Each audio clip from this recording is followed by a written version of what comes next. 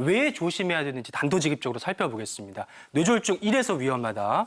첫 번째는 막히거나 터지거나 치명적인 후유증을 남길 수 있다. 김 무섭네요. 교수님.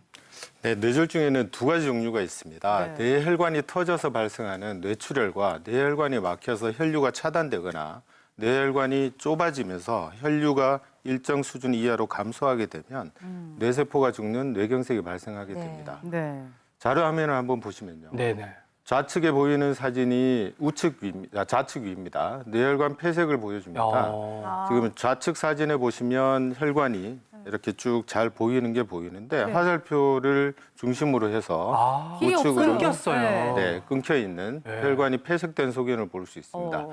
이런 혈관 폐색이 생기게 되면 우측에 보시는 바와 같이 MRI 사진인데요. 하얗게. 보이는 쪼그라들어 급성 있는 것 뇌경색을 같더라고요. 확인할 수 있습니다. 네. 아래쪽에 보이는 사진은 다음 뇌출혈 네. 사진. 이 사진이요. 고혈압성 뇌출혈을 보여주는 게 좌측이고요. 네. 우측은 뇌지주막과 출혈을 보여주는데요.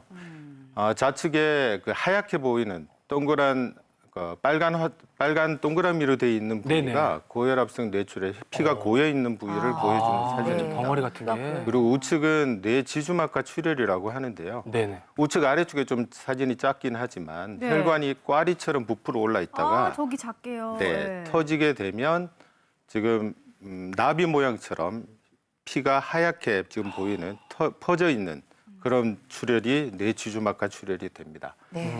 이 두 가지 뇌졸중의 두 가지 종류, 즉 뇌출혈이나 뇌경색은 뇌경색? 한 번의 발병으로도 사망에 이르거나 와. 내지는 평생 동안 치명적인 후유증을 남기게 되는 게 문제가 됩니다. 네. 네. 치명적인 후유증에는 네 가지를 들 수 있는데요. 지금 나오네요. 예, 한쪽 팔다리 마비로 인해서 운동 마비가 발생하거나 네. 이상 감각이나 이상 신경통 증상의 예. 감각 마비, 음식물을 삼키기 어려운 삼킴 장애 등도 발생할 수 있고요. 말을 이해하기도 어렵고 말이 잘 안 나오거나 또는 말을 할 때 어눌해지는 구음 장애도 발생할 수 있습니다. 네, 그렇군요. 그렇게 치매 발병 위험도 증가하고요. 네. 그러니까 이게 뇌졸중이 뭐 막히거나 터지거나 두 종류가 있는데 두 가지 모두 치명적인 후유증을 남길 수 있기 때문에 네. 위험하다 이렇게 말씀해 주셨고요. 그런데도 뭐 나는 괜찮겠지, 먼 이야기 아닐까 생각하시는 분들이 있을 것 같은데 또 위험한 이유가 있습니다. 두 번째 한번 알아볼까요? 서구화된 식습관으로 젊어도 뇌경색이 올 수가 있다고 젊어도. 하네요. 정 교수님 정말이에요? 예, 맞습니다. 최근 국내 데이터를 보면 뇌혈관이 막혀서 생기는 뇌경색이 약 7대 3 정도로 뇌출혈보다 많이 발생하는 것으로 알고 있는데요. 일반적으로 동양인들에서는 뇌혈관 중에서 특히 직경이 1mm 미만의 작은 뇌혈관에서 뇌경색이 발생하는 경우가 많습니다. 그리고 이러한 작은 뇌혈관은 고혈압성 뇌출혈에도 취약한 편인데요. 하지만 최근에는 식습관이 서구화되면서 목에서부터 뇌로 들어가는 경동맥 같은 큰 뇌혈관이 막혀서 생기는 뇌경색이 증가하고 있습니다. 사진 보시면 좁아졌네. 저 노란색 점선으로 표시한 게 이제 정상적인 원래 혈관 모습이고 예. 까맣게 보이는 거는 혈관 안에서 저희가 조영제를 넣었을 때 실제로 혈류가 통하는 길을 나타내는 건데 되게 좁아졌어요. 예, 실제 혈관보다 절반 이상으로 네. 좁아져 있는 경동맥 협착증을 보여주는 사진이 되겠습니다. 그리고 최근에는 30, 40대 젊은 뇌경색 환자들이 증가하고 있는데요. 네. 이것은 생활환경이나 식습관이 서구화되면서 고혈압, 고지혈증, 당뇨병 같은 만성 성인 질환들이 젊은 나이에도 발병하기 때문인 것으로 생각되고 있습니다. 그래서 즉 뇌에 혈액을 공급하는 뇌혈관이 막혀서 혈류가 차단되면서 뇌경색이 발생하게 되는 건데요.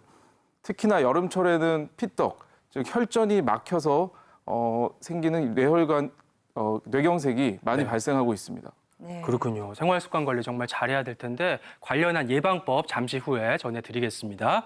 자, 그다음 이래서 위험한데요. 뇌졸중을 한 번 겪으면 치매 올 확률이 높아진다. 치매까지요, 김 교수님. 네, 아까 신체 장애를 말씀을 드렸는데 제일 마지막에 치매가 올 확률이 3배 이상 올라간다고 네, 언급이 있었어요. 돼 있었습니다. 뇌졸중 후에는 혈관성 치매가 발생할 수 있는데요. 사실 모든 치매의 가장 흔한 원인은 알츠하이머 치매라고 알려진 네. 진행하는 퇴행성 뇌질환으로 인한 치매입니다.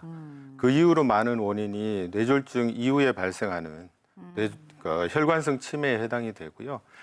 혈관성 치매는 알츠하이머 치매랑은 다르게 앞서 말씀드린 신체 장애, 즉 한쪽 마비나 감각 이상, 감각 마비 등의 신체적 이상을 동반하는 경우가 많습니다.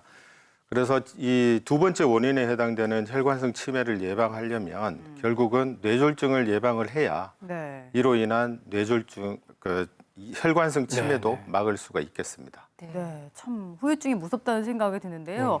그것 말고도 또 다시 찾아올 가능성도 크다고 해요. 마지막 보시면 뇌졸중 위기를 극복해도 재발 와, 위험도 재발 또 크다고 무섭다. 합니다. 장 네. 교수님. 네, 뇌졸중은 재발을 잘하는 질환입니다. 아무리 컨트롤을 잘한다고 해서 약을 잘 먹는다고 해서도 이 재발하는 것을 완전히 막기는 어렵습니다. 막혔던 혈관이 다시 막히기도 하고 또 혈관은 대체적으로 일맥상통하기 때문에 다른 혈관이 막힐 수도 있습니다. 이와 같이 재발하는 뇌졸중을 2차성 뇌졸중이라고 부르는데 대개 뇌졸중이 발생하고 나서 한 달 이내에 뇌졸중이 재발할 수 있는 가능성도 약 1에서 4% 정도 되고 어머나. 네. 1년 이내에 재발할 가능성도 5에서 25% 그리고 5년 이내에 재발할 가능성은 무려 20에서 40% 되니까 적어도 한 4명 중 1명 정도는 5년 안에 또 다른 뇌졸중을 또 와. 겪는다는 거죠. 네. 연구에 따라서 조금 편차가 있긴 하지만은 약을 잘 먹지 않는 경우에는 이런 비율이 2배 이상 더 높아지기도 합니다.